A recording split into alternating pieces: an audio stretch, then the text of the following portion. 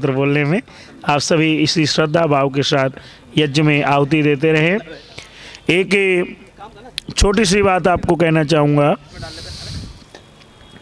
ध्यान दे के सुनिएगा भाई साहब, रख दीजिए इसको। एक राजा के 3 पुत्र थे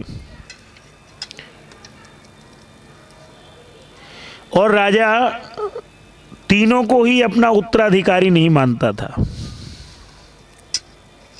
राजा बड़ा परेशान कि अब उसका वृद्धावस्था का समय है,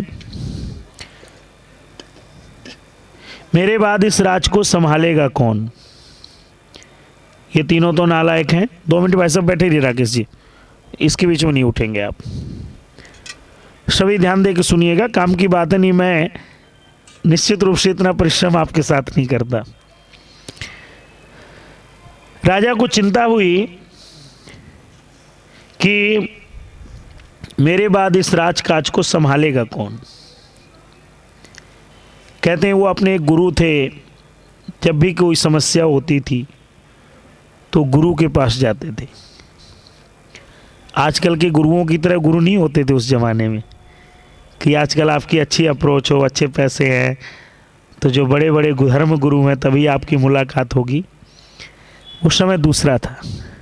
श्रद्धावान लभते ज्ञानम, आपने शब्द सुना होगा वेद का कि जो श्रद्धावान है वही ज्ञान प्राप्त करता है।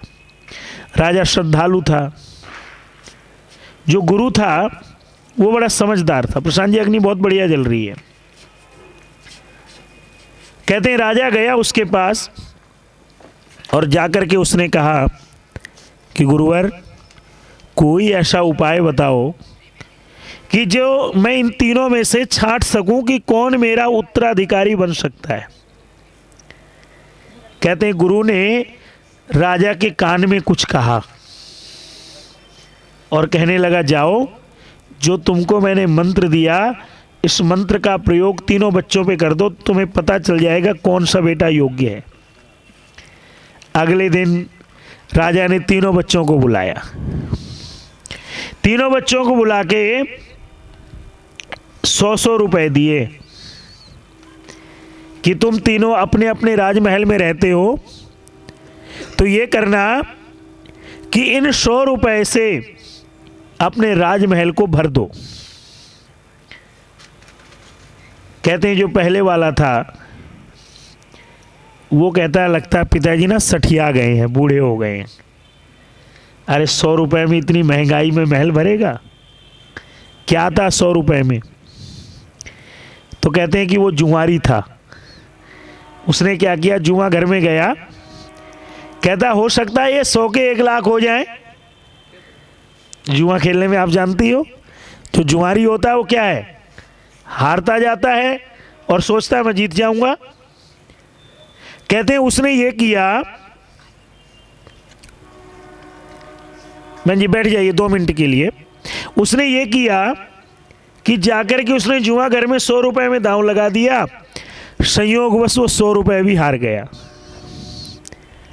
कहते हैं दूसरे को भी 100 रुपए दिए थे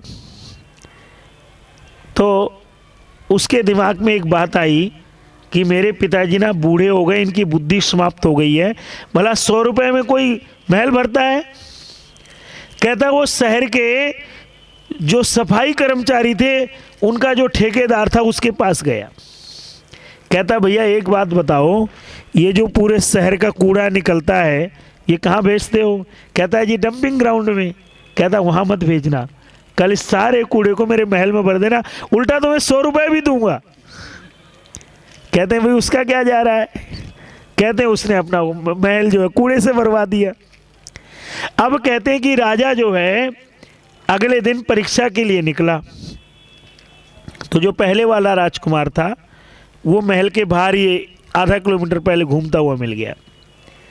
कहता भैया तू अपने घर में क्यों नहीं है? कहता पिताजी क्या बताऊं, आपने मुझे 100 रुपए दिए, मैंने समझा आप ज़्यादा बूढ़े हो गए हैं, बुद्धि समाप्त हो गई है, 100 रुपये में भला कोई महल भरता है? मैंने जाकर के जुआ खेला इस विश्वास के साथ कि साथ जीत जाऊंगा तो कुछ पैसे से इस महल को भर दूंगा, पर मैं तो वो भी हार गया।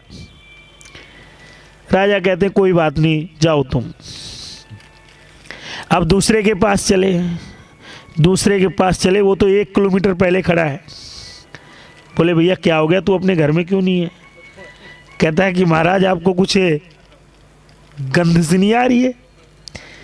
कह रहे हाँ बदबू तो बहुत आ रही है तुम्हारी उधर से हवा की। कहने लगा बात ये है सर पिताजी, 100 रुपये में भला कोई महल भरा जाता है?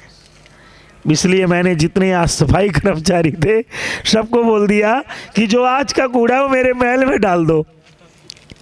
कहते हैं तू भी अपना आराम कर बेटा, अब तू भी गया काम से। आप कहते हैं तीसरे बेटे के पास पहुंचे तो उसके महल में घुसे, तो महल में घुसने पर वो बेटा दिखाई नहीं दिया, लेकिन मधुर स्वर में बड़ी संगीत की कोई आवाज आ रही अंदर से। वो धीरे धीरे धीरे उस आवाज की तरफ पहुंचे तो जाकर के क्या देखते हैं कि जो तीसरे वाला बेटा था हारमोनियम पे कोई भजन गा रहा है। जैसे पिताजी पहुंचे वो खड़ा हो गया, पिताजी को अभिवादन किया। पिताजी ने कहा भाई शर्त थी कि आज महल भरना है, अरे तुम चैन की बांसुरी बजाए जा रहे हो। कहता पिताजी मैंने तो महल भर दिया। बोले कैसे? बोले एक काम करो, इस पूरे महल के एक एक कक्ष में जाओ, हर जगह आपको दीपक जलता मिलेगा। पूरे घर में पूरे महल में मैंने दीपक जलाए हैं, प्रकाश को भर दिया है, और मैं तो बैठा प्रभु का गुणगान कर रहा हूं, ताकि इस संगीत की लहरियों से आपके हृदय का भी प्रकाश फैल जाए, आपके हृदय का भी अंधेरा दूर हो जाए। माता और सज्जनों, यज्ञ में यही शक्ति है, ये आपको बुद्धि देता है। इन तीनों में से बुद्धि किसको दी बताइए भगवान ने? बोल दीजिए। तीसरे वाले को। 100 रुपए से उसने क्या दिमाग लगाया? 100 रुपए में और क्या आ सकता था? सारे दीपक लेके बढ़िया पूरे घर में जला दिए, पूरा घर उसका उजाले से भर गया। इस यज्ञ को जो श्रद्धा पूर्ण भाव से करेगा, प्रभु कहीं बाहर नहीं है। फिर मैं उसी बात को कह रहा हूँ, बुरा नहीं मानना, प्रभु तो आपके दिल में, मेरे दिल में बैठा है। ये जो आप देखते हो ना अंबानी, टाटा, बिरला, ये बड़े बड़े जो सेठ आप देखते हो, ये कहीं आसमान से बन के आए हैं क्या? बताइए माता जी, यहीं से आए हैं ना?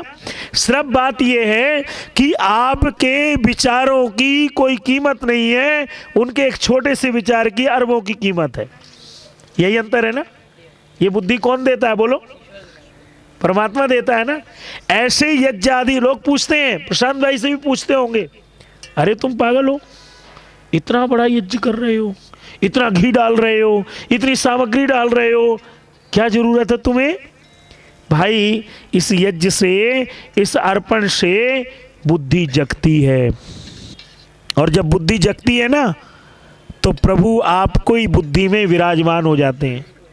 आप बताइए, जब मेरी आपकी बुद्धि में यदि प्रभु विराजमान होंगे क्या होगा भैया? बोलिए। अच्छा काम होगा ना कुछ। आपको मार्ग तो वही दिखाएंगे ना। मुझे यहाँ तक पहुँचाया किसने पहुँचाया? भगवान जी ने। आपको आज इस मंजिल में, आज आपको यज्ञ करने के योग्य किसने बनाए बताइए? ईश्वर ने बनाया ना। नहीं तो क्या पैसे वाले कम है प्रशांत से? बहुत पैसे वाले पड़े हैं। लेकिन प्रभु ने बुद्धि किसको दी? इसको दी बुद्धि कि हाँ भाई यज्ञ करना चाहिए। यज्ञ के द्वारा आप सब आए।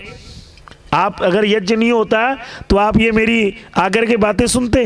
नहीं सुनते। आप कहते पता नहीं कौन सा पंडित है, क्या क्या बोले जाता है। लेकिन यज्ञ के कारण आप बैठे सुने। तीसरी बात, अगर उस प्रभु की कृपा होगी तो हो सकता है इन वचनों से मेरा जीवन भी बदल जाए, और हो सकता है इन वचनों से आपका जीवन भी खुशियों से भर जाए, यदि उस प्रभु की कृपा होगी। और निश्चित रूप से यदि श्रद्धा भाव से आप बैठेंगे, जैसे बैठे हैं, प्रभु की कृपा को मानेंगे, तो निश्चित रूप से उस प्रभु की कृपा हमें अवश्य मिलेगी। और जिन लक्ष्यों को, जिन कामनाओं को लेकर आप यहाँ पर आए हैं, वो कामनाएं भी आपकी जरूर पूर्ण होंगी। इसलिए इसी श्रद्धा और विश्वास के साथ यज्ञ करना है कि वो प्रभु क्या करे, हमें प्रकाश फैलाने की कला दे। क्योंकि एक बात कहा करते हैं ना बड़े बुजुर्ग लोग, जहाँ उजाला होता है वहाँ किसका निवास होता है? बोल दीजिए। वहाँ खुशियों का, देवताओं का निवास होता है। और अंधेरे में किसका निवास होता है? बोल दीजिए, राक्षसों का। इसलिए आपके हृदय में जब उजाला प्रभु का फैलेगा तो जो आपके देव हैं वो आपको पता नहीं कहाँ से कहाँ ले जाएंगे। आपने अगर एक मंजिल सोची होगी तो आपको कई सारी मंजिल पूरी करवा देगा। ये उस प्रभु की विशेषता है, ये इस यज्ञ भगवान की विशेष कृपा है। इसलिए बड़े श्रद्धापूर्ण भाव से आप आहुतियाँ दीजिएगा। थोड़ा आपको समझाना भी आवश्यक है, ये नहीं कि बस मैं मंत्र पाठ करता जाऊं। अब जिसको जो स्थान बदलना है बदल लो, जहाँ जिसको आना जाना है कर लो, अब उसके बाद फिर मंत्र पाठ करेंगे।